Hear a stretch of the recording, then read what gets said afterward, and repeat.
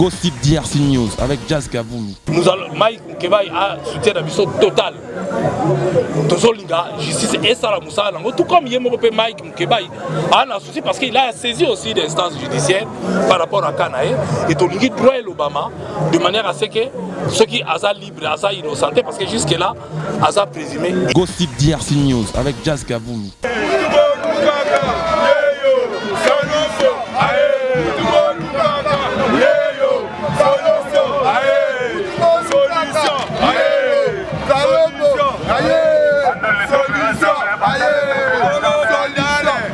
Gossip DRC News avec Jazz Kaboulou.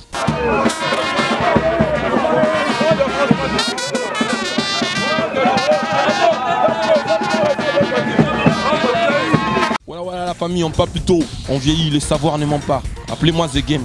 Gossip DRC News avec Jazz Kaboulou. Hein? On parle plus trop. Presse en ligne, avec intelligence, avec sagesse, tout ça, pas trop de polémique. Ce qu'on mélange pas les torsons et les serviettes. Hein? Non, les serviettes, on ne dépend pas des torsons. Gossip DRC News avec Jazz Kaboulou. De belles interviews, de belles collaborations, de belles images. Parole de Fabregas. Appelez-moi The Game. Gossip DRC News. Les boss, ah. Soir na balandinyo so ya Gossip DRC News. Lelo bomoni bandalungwa tombé afroculture yé. Bomoni lelo to solo la moins politique parce que c'est le retour chaleureux ya honorable Francis Kalombo nakata mabele na bandalungwa. Lelo awa toko solo la mingi pe na ba habitant ya commune na bandalungwa banatifa commune na bandalungwa moko koleka awa koloba impression na vis-à-vis ya retour ya honorable Francis Kalombo. Là d'ici là je m'en vais kozwape moko na biso ya commune na bandalungwa akosolo la ngai pe aib sabino pe quelle est son impression vis-à-vis ya retour ya honorable Francis Kalombo. Bonsoir mon frère. Bonsoir papa journaliste. Merci mingi na vraiment la présence Sabino a na kati ya Bandal. Babi Bandal c'est Paris. Donc mingi likambo solo la yango yo. Nyamekila.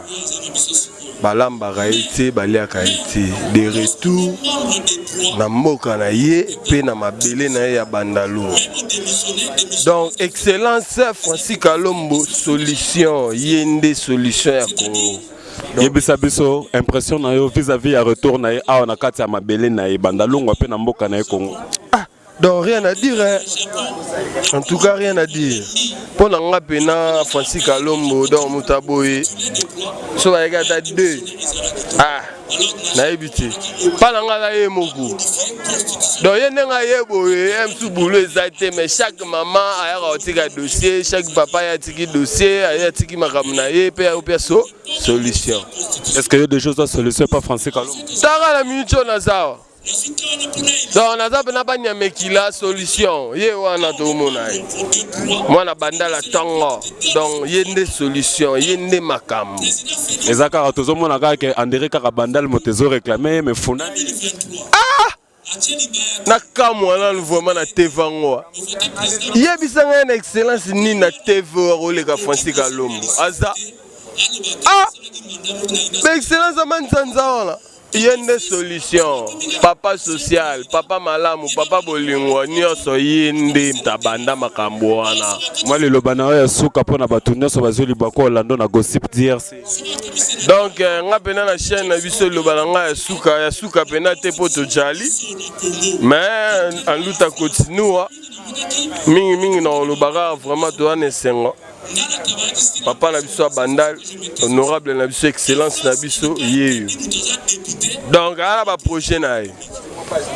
Biso peso ki ya chakinde, ba voix na biso tout. Ya funa mo mengeza chez donc ma trop to timbeli bino.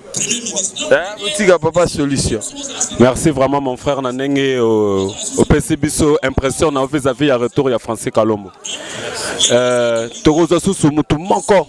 Aïe le belabiso vis-à-vis à retour à Francis Kalombo awa na kata terrain na poto moni déjà Bandalungwa tombé donc eza kutu ya koloba te bilili yango moko eza koloba bilili moko yango eza koloba.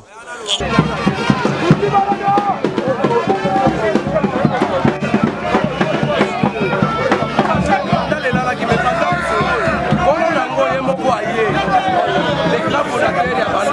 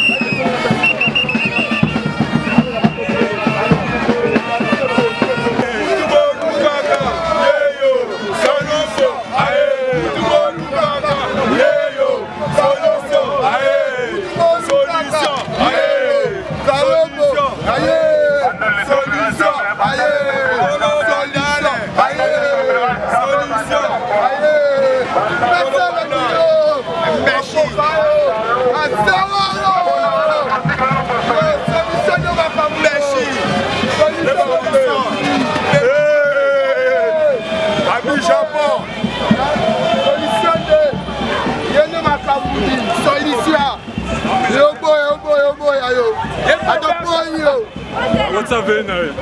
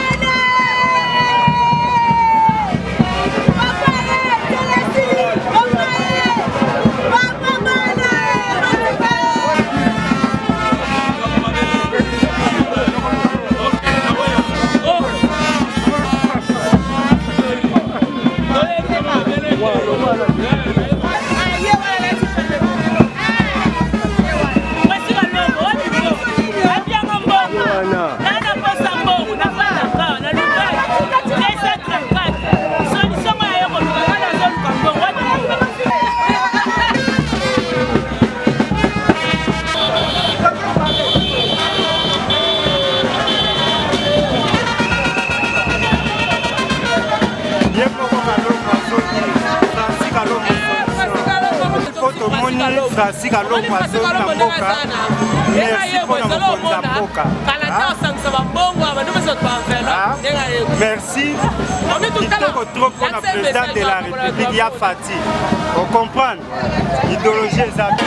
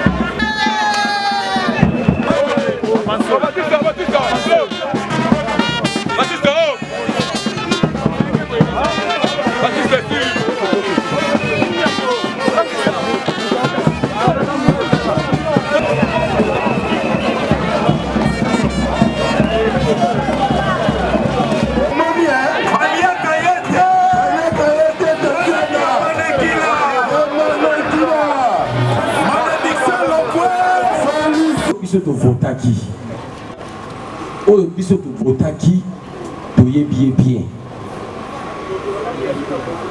votaki Martin Fayulu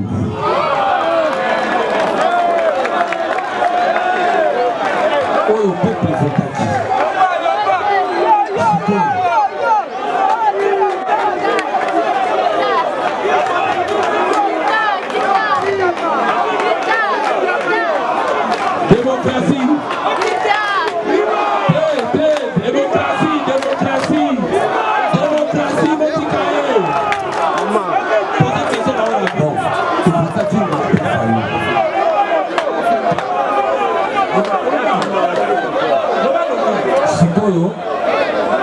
batira biso Fati.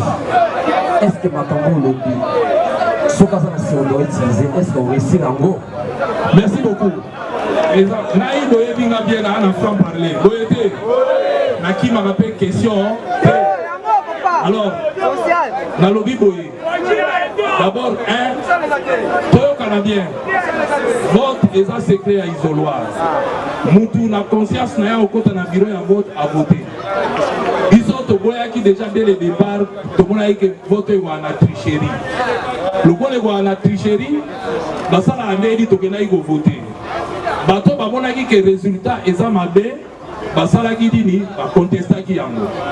Biso to mona ki injustice pour baboya biso même to na ba candidat. Baboya qui même to suka na kasumbale sa to kendate. Alors question na yazo tu na ngai mais ngala mieux placé pour na répondre mais na la défaut ya franc parler. Parce que nazalaki na Martin Fayulu oyebi bino moko ndenge lekaki mais tant l'élection est signée ngai personnellement soki botuni Martin oyebisa bino na bengaki na yebisi Martin kokende na cour constitutionnelle wana teza bakabiliste osoko kei bameki kovalide yango elingo loba nga na juriste naza avocat bolimbisanga soko ke na justice elingo loba ke osali confiance na institution wana eke resultat ekobima kuna ekozala opposable na yo na boye te ndenge tozala soki na oyibi ngai na memi ona na police elingo loba ke nasali confiance na la police mpo nini asacha mibeko décision ekobima même soki policier alibéré na kotika nanga kolela alibéré moyibi nanga mais esali nini alibéré alors ntango akepa ya ekour wana etondi bakabiliste na bakabaliste basali nini bazobi ye lokola bazobaki ye décision ebimi kuna ye akendaki confiance atelemi mpe devant bango apresente bamoyen na ye basali nini babwakisa mo e afotila ye pamba te biso ide na biso eyalaki tokende vers peuple avotaki yo tobunda na peuple basala nini totala parce que bato bakokompare tomonaki président Tshisekedi awa lokola aboyaki baélection ya 2011 est-ce qu'akendaki na cour aboyaki afandi na ye alobi nga na président na koreconnaître président wana te mais ye akei lokola akendaki elingo lobake décision ebimaki kuna bolimbisanga na na franc parler Martin amutu nanga mais décision ebimi kuna ekomi balakisi ye na bango wana ndenge place ya kendaki asali bango confiance akelela bango la ya kolelela bino poso ya kolelela bino bongaya komima na balabala kosali nini bobimisi or ya kepa na bango bazobi ye alors sikoyo lelo nga na orépondre o ndenge nini parce que faut reconnaître une chose aujourd'hui il y a une seule personne qui engage la République démocratique du Congo Eza Félix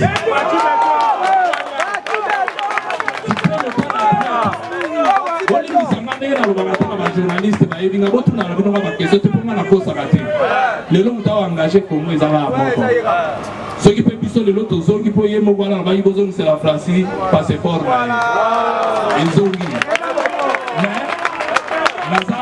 naza na IDPS na longwa naza na kuna te naza na opposition mais nazo répondre kaka parce que soki na répondre te atuni en public boloba nini o akimaki question wana réponse na ngai yango et puis c'est la logique pamba te yo zoloba mikolo bino moko bomoni lettre moko ezo circuler c'est pas que je suis contre quelqu'un bolimbisanga franc parler proposition ya sorti ya crise mais ye moko kaka Martin Fayulu na proposition na zoloba nini FCC na cash batikala nini na pouvoir va gérer bon donc ye moko akabi yango deuxième fois tout à fait okaba bokonzi yango donc tokota wana te question mibale nanda ko modéré ye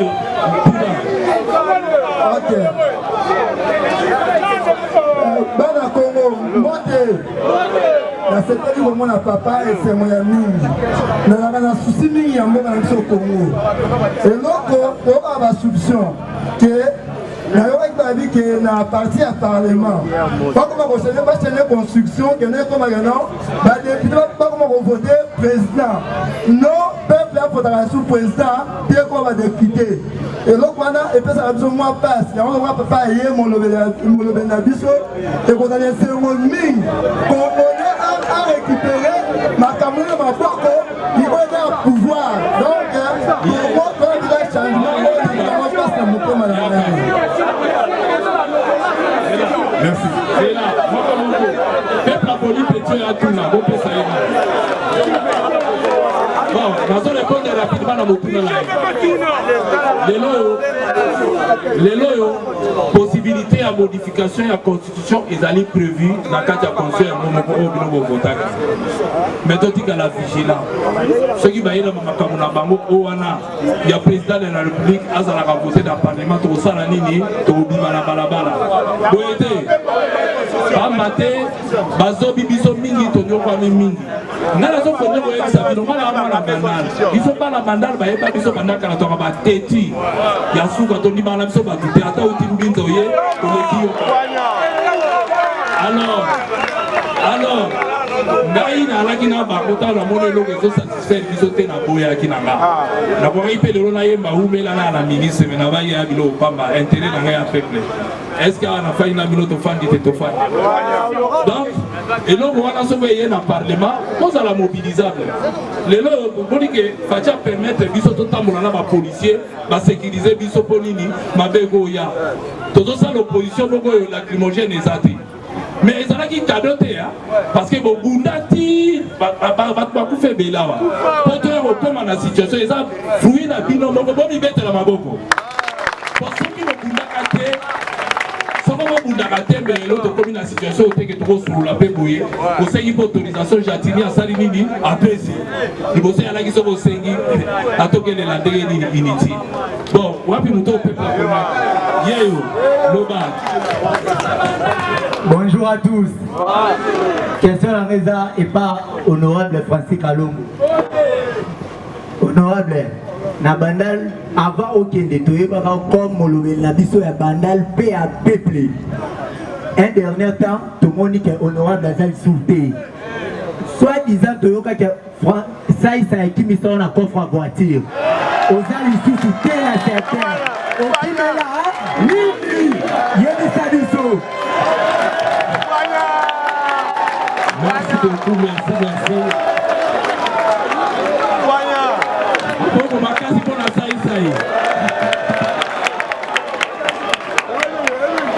Merci.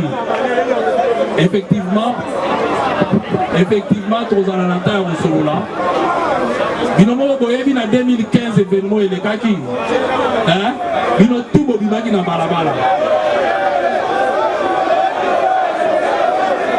Nalobi boye na bandeli na 2015 bayaki na loi électorale oyo balingai ba modifier et à la recensement pour kaka fait ceci article na seko alors ngai bien que na alaki na bango nalobaki na bango eloko oyo eoleka te na mobilisaki bino bana bandal tosololaki bobima na balabala je me rappelle na otala su ba image wana awa na ekolo oyo yaka sevine moko na biso alala wana na re pharmacie balala donc ekotaka bitopale alors bosala 3 jours wenze efungwamaka te eloko efungwamaka te mobulu ekotaki na mboka balaba nde bino moko boyebi bamufunge bamubambe ekomi ono Francis Kalongo lokola alekaki na baémission nazomona kutu rola awa bajournaliste bainterviewe nga nalobaki eloko wana ekoleka te donc naboyaki bien ke nazalaki na bango naboyaki na bi population aboyi yango ngai mpe na kolinga yango te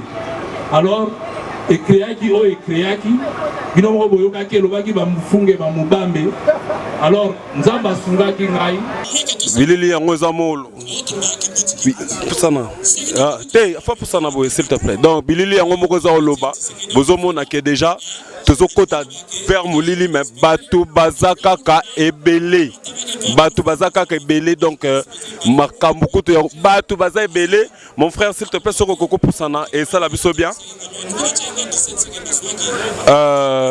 Bonsoir mon frère. Bonsoir. Tomonio a na kata commune Bandalungwa botondi accueil chaleureuse bo réserva qui na honorable Francis Kalombo. Bon yebisa biso ba impression na vis-à-vis à retour à honorable Francis Kalombo. Bon quant à moi l'impression na izali et c'est mon makas comme on a ce honorable ou akima gibi to vota qui est akimbiso 4 ans après ay comme on a boy et ça peine c'est mon makas. Est-ce que vous avez l'une des personnes qui peut profiter de la solution à Francis Kalombo? Ah, il y a Ebele Francis Kalombo ndaza ngaza motara bandal. Ndeza na soki ke babandi ko déranger na bandal pona ko kangambisa pa mpamba. To pas Francis tozi solution. Et surtout que za motard yebi ka makambo zo le kamikolo na ba motard. Na yebi yango bien naza ko courant makambo no so le kona. Donc lilobana yo et pas Francis Kalombo pona arolandango. Bon lobana eza ka ya la solution ada papa biso za ba na ye nda ye boye est-ce que za mabe to bongisa. Est-ce que tu vas quitter hier au sala pour la solution après solution na sociétal. Vraiment un salibiso bien. Aux années de souka vis-à-vis à retour à honorable Francis Kalmo pour la bande les autres là aux états là. Tu comme déjà pourquoi déjà tu aux côtés vers Molili mais batu basaka kebele.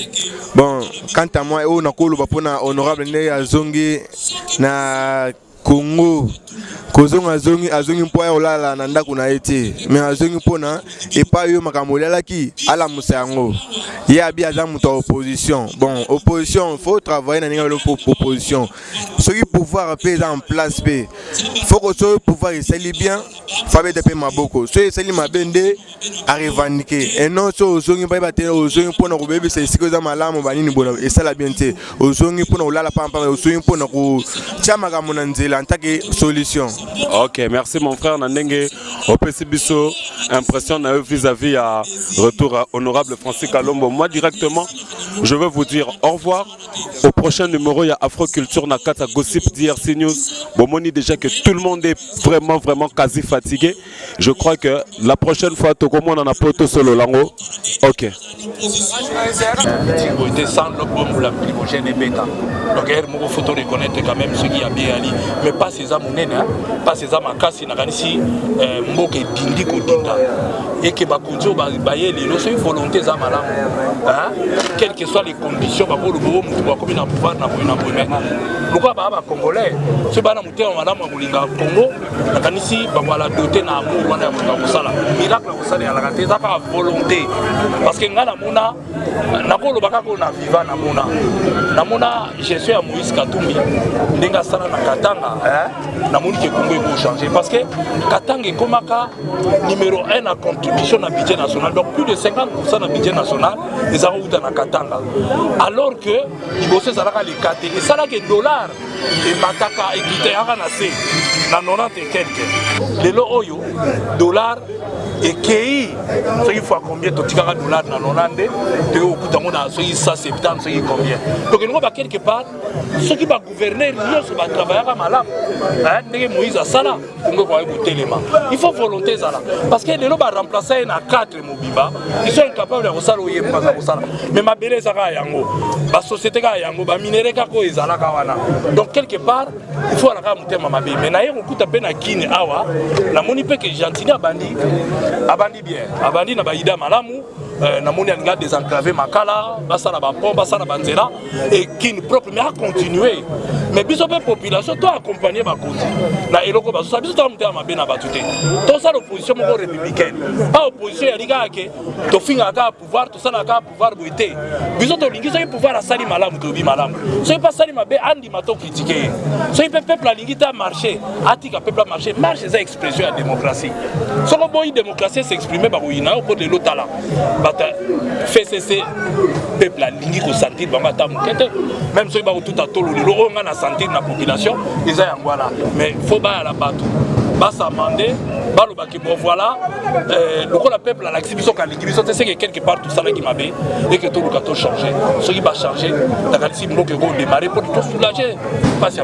OK bande tout ba la biso sikoyo on la kaka bango et on a la caméra dans les on sera opposition républicaine opposition au na tout na ka ba quantité na ka ba député les logo professionnels ko kisami honorable Francis Kalombo député honorable Francis Kalombo opposant na ka tamboka na Congo yo poko zala mutaba vous opposant banda kulanda banda kuna bilo ba botola te donc on a pas fait mais oyebi na lo bani nga ba botoli ke lote na zabe ne logo ba botola te.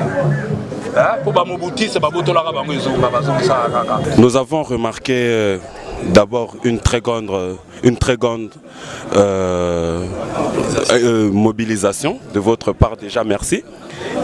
Bandalungwa, toute la Funa derrière vous. Quelles ont été vos impressions déjà au retour au pays? De joie et de responsabilité. Je pense que cet accueil me pousse encore une fois de plus à travailler pour la population et surtout pour l'intérêt général. Je crois que c'est une responsabilité supplémentaire qui vient de s'ajouter. C'est vrai que je m'attendais à tout sauf à ça. Je crois qu'ils se sont mobilisés, ils ont fait faire les banderoles eux-mêmes. J'ai vu des mamans, de papa, aucune hostilité, sautaient de joie par rapport à ma présence. Et j'ai trouvé aussi l'idée que les habitants de Bandal ont dit de pouvoir marcher, de ne pas entrer à Bandal en voiture. On a fait les pieds et je pense que ça peut être que la joie que je ressens aujourd'hui. Et c'est pour ça que je remercie Dieu, parce qu'il n'y a que lui qui peut permettre à un homme, un citoyen, de sentir de telles sensations. Aujourd'hui c'est Bandalungwa, ça sera aussi toute la fauna aussi. Et bien sûr, ça sera toute la Funa, puisqu'ici j'ai vu des délégations qui sont venues un peu partout, en dehors même de Funa. Vous avez vu quelqu'un qui a posé une question qui est venu de Lemba. Donc je pense que ça va au-delà. Je pense que tous les Kinois se retrouvent en moi. Et là tout à l'heure on vient en tournée avec Moïse Katumbi. J'étais surpris de voir qu'à Kindu, Francis Kalumba était connu, applaudi, acclamé, à Goma, un peu partout. Je crois que lorsqu'on fait un travail pour l'intérêt général, la population reste quand même reconnaissante envers les leaders. Et nous devons continuer à travailler. Et surtout qu'il y a très peu qui peuvent revenir et être accueillis tel qu'on est en train de le faire en ce qui me concerne. Je pense que même d'autres qui sont en fonction aujourd'hui ne peuvent pas avoir un tel accueil. Et je peux que remercier cette population qui reste unie et je continuerai à les servir parce que je pense que c'est seulement comme ça qu'on sauvera l'humanité. 4 absences, loin de votre base, aujourd'hui vous revenez. Vous étiez en exil 4 ans, mais la vision, est-ce que c'est la même ou vous avez changé la vision et vous embrassez maintenant quelle politique est pour que vous puissiez sauver la nation? Mais je crois que la vision est inscrite dans ce que Moïse Katumbi a appelé le Congo de demain, ce que nous voulons pour le Congo de demain. Et on a un programme, et on a un parti politique qui verra les jours. Et là, nous sommes en train de sillonner aussi la République démocratique du Congo pour palper les réalités. Parce que si aujourd'hui, les Kinois ont une certaine réalité, mais ceux de Boma ou de Matadi ont aussi leurs préoccupations, qui ne sont pas les mêmes que ceux de Kinshasa. Alors nous allons faire un parti qui va englober tout ça. Et c'est ce que nous sommes en train de faire aujourd'hui pour permettre à ce que l'outil que nous allons apporter aux citoyens congolais demain soit vraiment l'outil, l'émanation d'eux. Ce qu'eux ont pensé, ce qu'eux veulent comme instrument, puisqu'un parti politique c'est un instrument que serve la population, parce qu'un parti politique a aussi une mission de formation, d'encadrement de la population. Et nous voulons savoir ce que veulent réellement cette population afin de pouvoir leur apporter un bon encadrement et des solutions à leurs problèmes. Aujourd'hui, Francis Kalumba, personnalité politique, vous appartenez à une formation politique? J'appartiens à une formation politique. Laquelle? J'appartiens, pour l'instant, je suis membre du PND. Et aussi dans ces regroupements, un grand regroupement politique qu'on appelle l'Ensemble pour le changement, dont je suis le porte-parole adjoint de Moïse Katumbi. Et nous apprenons que vous êtes arrivé à Kinshasa, vous préparez aussi l'arrivée du président Moïse Katumbi. J'ai trouvé que les Kinois préparent déjà l'arrivée de Moïse Katumbi. Et que pendant que j'ai sillonné, j'ai vu beaucoup me demander il est où, il arrive quand. Je comprends cette préoccupation. Je crois que aujourd'hui, Moïse Katumbi est un phénomène. Partout où il est passé, c'est comme, je dirais, ce que Dieu a dit à Moïse de la Bible. Tous lieux fouleront vos pieds, je vous les donnerai en possession. Et Moïse est en train de prendre possession de tous les lieux qu'il foule. Et ce qui me préoccupe souvent, ce qui me surprend en lui aujourd'hui, Moïse ne calcule pas lui en tant que personne.